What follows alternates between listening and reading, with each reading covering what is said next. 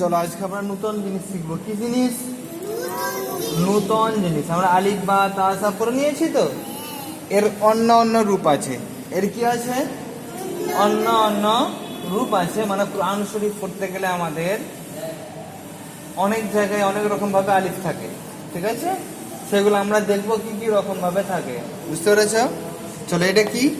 আলিফ আসল রূপে। এটা কি রূপে? আসল রূপে। আর এটাও কি বলো? আলিফ। এটা কি রূপে? অন্য রূপে। এটা কি রূপে বলো? অন্য রূপে। এটা কি বলো তো? আলিফ। আলিফ আলিফ কি রূপে? এটা অন্য রূপে। তাহলে বলো আলিফ আসল রূপে, আলিফ আলিফ অন্য রূপে। আচ্ছা, এটা কি বলো? হ্যাঁ, বা কি রূপে? আসল রূপে। এটা কি বলো তো? বা। এটা কি বলো? বা। বাইর কটা নোক্তা? কোথায়? নিচে। তাহলে একই তো। এটা শুধু এই যে সুরটা আছে, সুরটার এখানে নেই, এই সুরটা এখানে নেই। তাহলে এটা কি হবে? বা অন্য রূপে। এটা কি বলো? আর এটা কি বলো? এটাও বা অন্য রূপে। এটা কি বলো? বা অন্য রূপে। তাহলে আমরা কি করে পড়বো? আলিফ আসল রূপে। এটা আলিফ, এটা আলিফ। এটা কি বলো? বা আসল রূপে, বা বা অন্য রূপে। তার মানে তোমাদের মনে এখানে কারণ নেই পড়াতে। ভালো করে দেখো, আমি ভুল বলবো, হ্যাঁ, তোমরা সেটা ঠিক করে নেবে। বলো বা আসল রূপে,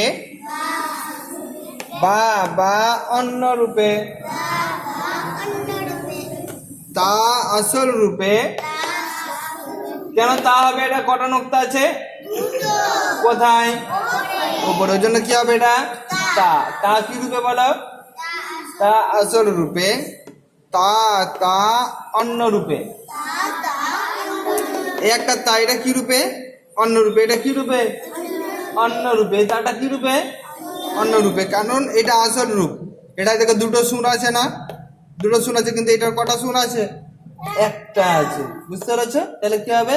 উপরে দুটো নোক্তা আছে মানে আমার তা হবে, ঠিক আছে? এটা কি রূপে বলো তো?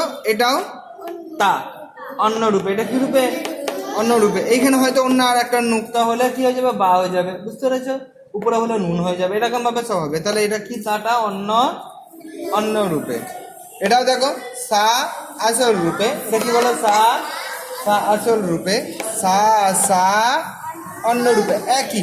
এই যে বা তা আর সা একই আকারে, একই আকৃতির, শুধু নোক্তা আলাদা। শুধু কি আলাদা বলো? নোক্তা আলাদা। দেখো জিম। এটা কি? জিম আসল রূপে। এটা কি বলো? জিমটা আসল রূপে। আর এই জিমটা অন্য রূপে। তাহলে এই জিমটা আসল রূপ, এটা কি? অন্য রূপ। এইটাও কি?